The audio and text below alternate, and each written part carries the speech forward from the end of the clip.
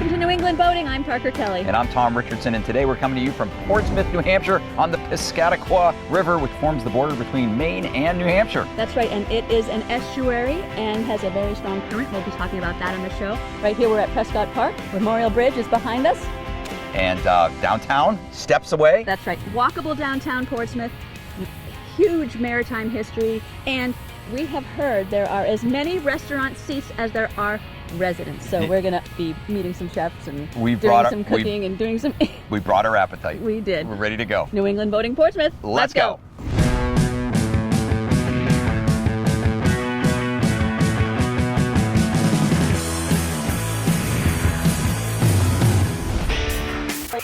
That lobster roll looks delicious. I'll give it to you. To another great destination. Are you shopping for me? Oh, there's a fish. Parker's goofing around. I'm gonna miss. Make short, sharp sweeps with the rod. We want the fish that can eat that thing. Oh, yeah. Hang on, Parker. Tom, don't joke.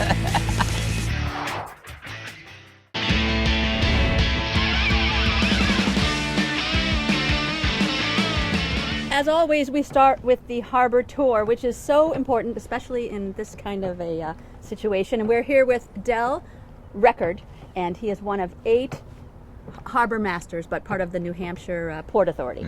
And he's here to set us straight and let you know how to navigate these waterways. Yeah, you're going to take us on a little harbor tour, right, Del? Tell us where we're going to go. We're going to head out to Piscataqua outside, going up through Goatback and through the creek, Sagamore River to Little Harbor, make a turn around the lighthouse and come back up the river.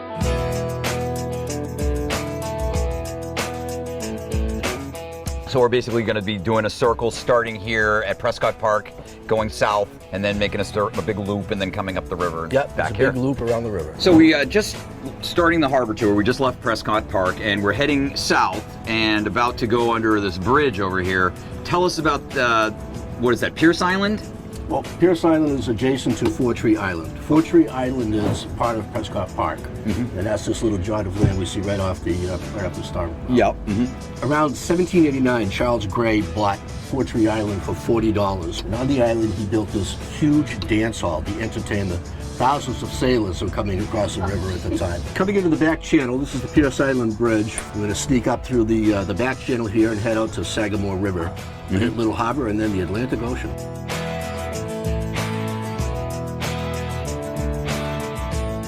This is the back channel. Okay. So a nice area to kayak and paddleboard. Yep. But and lobster. Look at all the lobster. Oh yeah, traps right. You got to pick your way through these lobster traps. Absolutely. Coming up the back channel takes us to the intersection of Sagamore River, which runs inland, and then Little Harbor right underneath the bridge. Is there a restaurant or anything up that way? Bee Gees is right up around the corner. Great spot. Dock and dine? Yes, absolutely.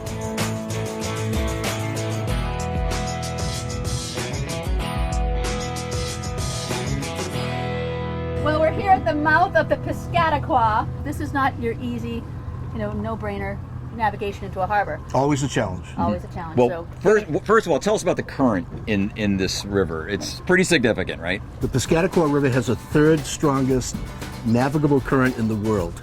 Averages around 7 knots, 35 feet deep, so it's a deep water port. And some of the really large vessels who come in here need a little help. So what's this large, white, tall structure behind us? Portsmouth Light, sometimes called Newcastle Light, right in front of Fort Constitution, used to be called Fort William and Mary. On December 13th, 1774, Paul Revere came charging into Portsmouth and said, "Hey guys, heads up. The British aren't coming, but you need to know that King George III is really upset with you about that riot you had over the Stamp Act, and as a result, he's putting an embargo on gunpowder and shot." John Langdon, a patriot, said, "Not on my watch." So he collected a bunch of guys and out of the veil of darkness approached the fort, guarded by 6 British soldiers. In the raid, they took 100 barrels of gunpowder, small arms, and cannon, rode them upriver where they were later used in the Battle of Bunker Hill. First recorded naval attack in the history of the United States, before we had the United States and before we had a Navy. So, got a public fuel dock here, right? Yeah, Portsmouth Yacht Club, that's correct. Okay. They have some commercial moorings for hire for those boats who want to come in for short term. They can fuel up here and get to town. Tell us about the prison. I mean, it's amazing. The structure looks like it's a castle. It does. It was meant to be forbidding. It's kind of designed after Alcatraz. It's on an island with a very strong current. It is the largest poured concrete building in the world. Is it really? Right now we're going past the Portsmouth Naval Shipyard. You know how I know that, right? How do you know that, Tom? Well, because it's written as big as day over there. I heard it on was established in 1800, though. The cool thing about it is that the shipyard has made a transition from sail to nuclear power. Mm-hmm. They remodeled, retrofit, and fueled nuclear submarines. Well, we've closed the loop, and we are back here at Prescott Park. Very informative, great stories. Thank you. You were awesome, Del. I enjoyed your company. Thank you for the New Hampshire Port Authority.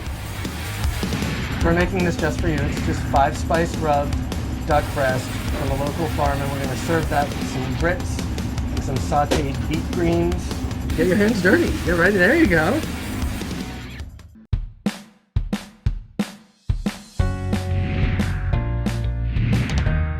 It really is such a charming, beautiful city. You'll notice the unified look of bricks is one of the things that makes it so attractive. And the reason is 1814, the Brick Act. And that was due to a fire, and anything over 12 feet had to be made of brick. So it's kind of a sad reason, but it gives it part of its charm.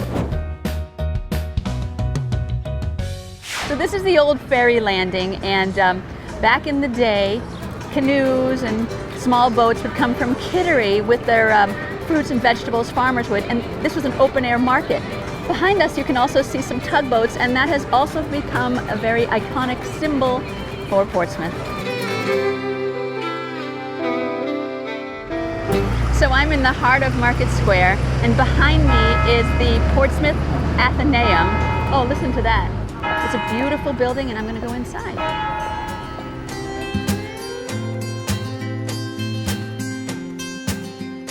Portsmouth Athenaeum was founded in 1817. We're in our 199th year. Very nice. Oh, big year coming up. Big year coming up. And this is a membership library. It's a non-tax supported circulating library, and there are only 16 left in America. Portsmouth was a very active shipbuilding town, and this room was where the ship merchants would come to read the shipping news, so they would know the price of goods in London and in New Orleans and New York. It's the second oldest reading room in America. The most important things we have in this room is the plank-on-frame ship model for the HMS America, which was a British warship built here in Portsmouth in 1749, and it's the oldest American ship model. Well, thank you, Tom. This has been very interesting. You're open to the public 3 days a week? 3 days a week, Tuesdays, Thursdays, and Saturdays. Tuesdays, Thursdays, All and year Saturdays. round. So no matter what you call it, Athenaeum, just make sure you visit. It's a very important part of history. So we're here at Prescott Park with Michael Warhurst, and he is the proverbial groundskeeper, but as you can tell by his outfit, this man works very hard to keep This guy's been out there scraping barnacles and getting in the muck. He's a hands-on guy. And he's here to talk to us about this park and all of its many uses for the public. Well, welcome to Prescott Park. It's a beautiful layout along the Piscataqua River, which is pretty much the lifeblood of the park and Portsmouth. It encompasses about 10 acres of property, which includes lawns and flowers, 2 docking facilities, Fort Tree Island, which is part of Prescott Park where you can barbecue. And there's a many display of flower gardens, so you can educate yourself on the different plants that we grow. Tell us about the dockage here. This is a public docking facility, so you can make reservations here and bring your boat here and keep it overnight? That is correct. There's 2 different docking facilities. We had recently one docking facility totally upgraded last year. We do have some seasonal boaters, which encompasses about 12. If you took out the seasonal boaters, we probably have an additional 14 to 20 spaces. One other item I didn't mention is, as there is also part of Prescott Park, is the Prescott Park Arts Festival. And so there is entertainment that goes on during the summer months, whether it's a musical or a concert or a dance production. And today there's going to be a little kids theater production that they're working on. We'll let him get back to work. Yeah. It looks like he's got some more barnacles to scrape. Thanks so much.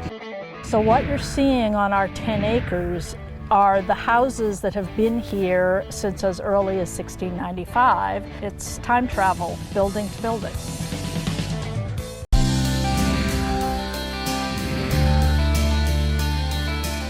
So Tom and I are both staying in Lark Hotel properties.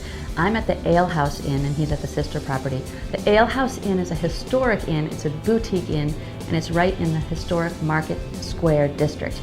And it's close to restaurants and shops and also a lot of historic sites. So I'm here at the Moffat Ladd House and Garden. It was built in 1763 by Captain John Moffat, a wealthy shipping merchant. And this tree right here was actually planted in 1776 by William Whipple, right after he came back from Philadelphia and signed the Declaration of Independence.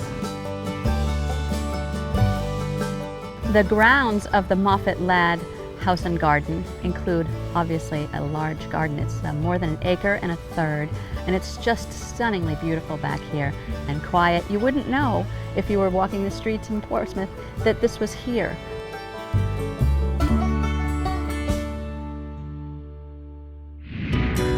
So I'm in the backyard of the Warner House. He was one of the wealthiest shipping merchants in the area at the time. Let's just, before we go, peek inside and take a look at this beautiful home. So I picked one room to show you, and this is John Warner's dining room, set in the way that it would have been back in the day. And it has been in the same family. It was in the same family for 200 years. This year it's celebrating its 300th anniversary. It's just an incredible place. I really want to thank Mark Ankerberg. He was the sort of behind-the-scenes docent at Discover Portsmouth, and he gave me he was the curator of my walking tour. And if you go to Discover Portsmouth, they will curate yours also. They'll give walking tours, they'll give you maps, they'll tell you about gardens and homes and all kinds of maritime history and things to do while you're here. You definitely need to stop into Discover Portsmouth when you visit Portsmouth. Up next, Tom is at Wentworth Marina, and he's going to do a marina profile.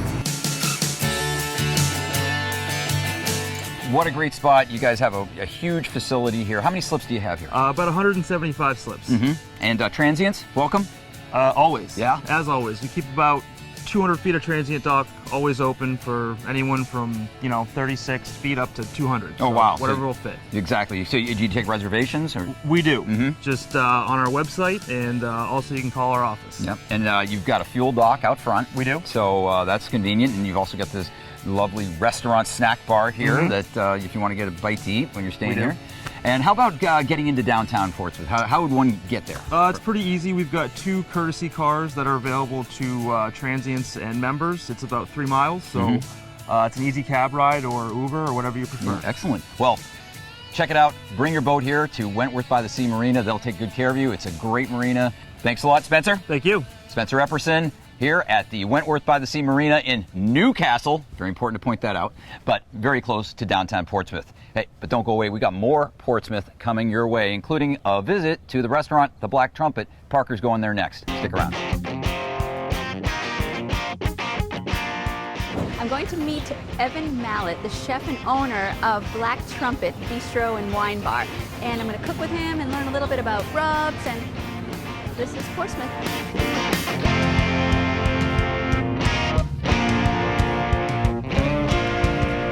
Okay, so I found him. This is Evan Mallett, the executive chef and also owner of Black Trumpet. That's right. And so where we are right now has all of the spices and rubs behind us. Absolutely. So we're going to actually make a rub together and All right. then apply it to something you're not going to tell me yet. No.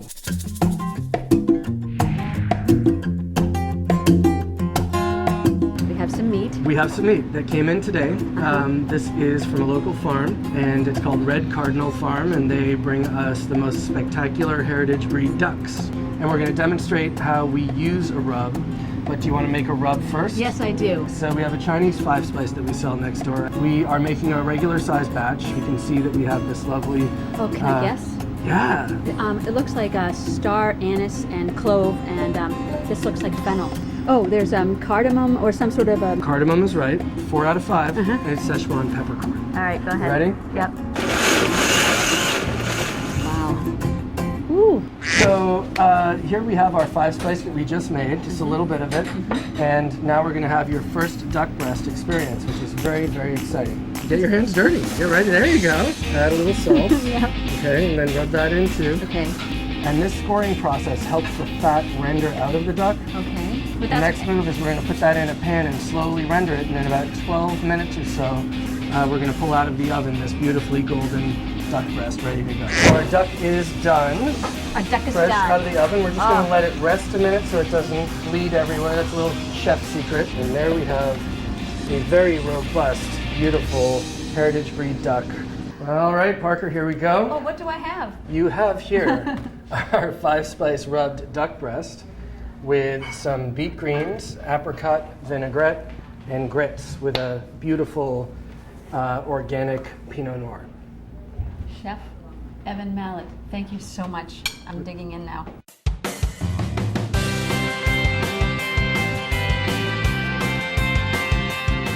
Well, Portsmouth is full of historic surprises, and one of these happens to be the Portsmouth Hotel, where I've been staying.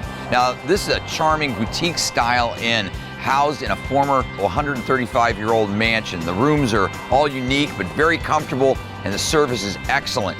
And like most things in Portsmouth, it's very close to the waterfront, where I'm headed now to check out a really cool historic boat.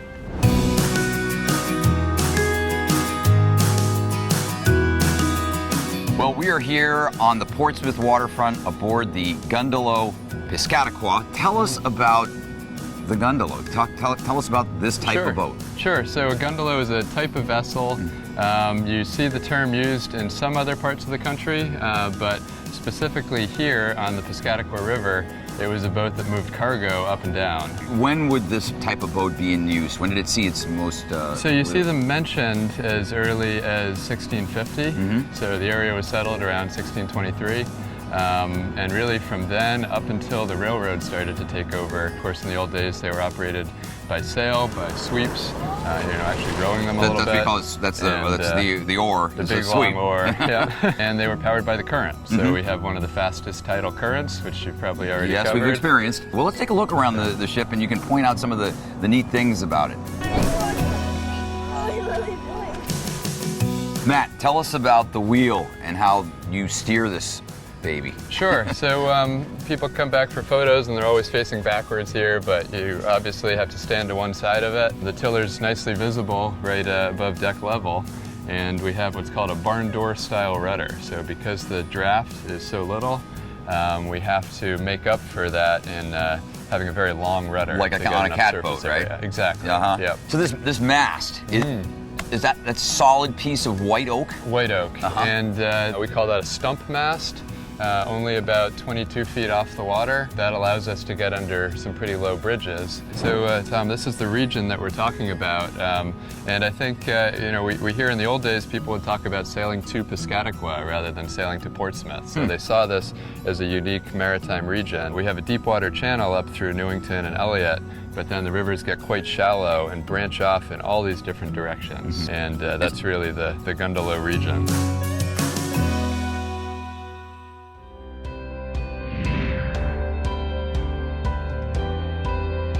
So one of the interesting things, just a block up from the water, is the Strawbery Banke Museum. I'm with Stephanie Secord, she's the marketing director here, and tell us about the Strawbery Banke Museum. First of all, the name Strawbery Banke Museum, where does that come from? Well, the name is directly related to the fact that it's waterfront. So when the English arrived in 1623, they found wild strawberries growing on the banks of the river. So Strawbery Banke is what's noted on the maps from that era. I think about Plymouth Plantation, I think about Mystic Seaport. It's a living history museum, so in that sense we're like Mystic or Sturbridge Village or Plymouth Plantation or Colonial Williamsburg. Where we're different and where we're really unique in the country is that instead of telling the story of a particular place in a specific time, Sturbridge Village is 1840, Plymouth Plantation is 1620. We talk about this neighborhood in Portsmouth over 300 years of history. So what you're seeing on our 10 acres are the houses that have been here since as early as 1695 and have been lived in by families in these original buildings up through 1954. From one place you'll see a colonial tavern, you'll see a 1940s storefront, you'll see a 1954 living room. So it's a physical timeline. Yes, it's time travel, building to building. Beautiful. So I know you have a new exhibit. We do. I'm going to wander the grounds, and I think Tom is going to visit because it's a maritime related. It is. Okay. Well, we're here in the Thales Yetten House at the museum, and this is home to the museum's most recent exhibit, the maritime exhibit, correct? So tell us what people can expect to find in this house. Portsmouth as a city has depended on its maritime connections. It's one of the oldest seaports in the country. I think it's the third oldest. And the fortunes of the city have risen and fallen with the Navy, which is right across the river. So shipbuilding was huge, trade was huge. This exhibit tells that story from the earliest days of the Continental Navy up through today. The last historical moment in this exhibit is 2008 when Portsmouth commissioned the nuclear submarine USS Hampshire. So it covers the whole Covers gamut, the whole bit. just like the rest of the museum. Yes, exactly. Fancy seeing you here, Well. right outside of 1943. That's right. Unbelievable, huh? Yeah, how's the maritime Yeah, exhibit? no, it's great. A fantastic exhibit, and this whole museum is really, really neat. Who would have thought, just steps away from Prescott docks, and you're right here. To find out where we're going to be next week and just more information about New England boating, look at our website, newenglandboating.com. That's right. And hey, also I should point out, don't forget to pick up a copy of New England Boating Magazine, not for sale in this store, but in select retailers and also on the newenglandboating.com website as well. It's filled with destinations and gear and gifts and all kinds of great ideas, things to do. And edited by a really great editor. Yeah, I've heard about that guy. Yeah, pretty talented. Until next week, I'm Parker Kelly. And I'm Tom Richardson. See ya. Bye. I'm actually aboard the at the mouth of the Piscataqua. Piscataqua. Piscataqua. Oh, Jesus. Piscataqua. Piscataqua. No. Piscataqua. Did I say that correct? I got the name.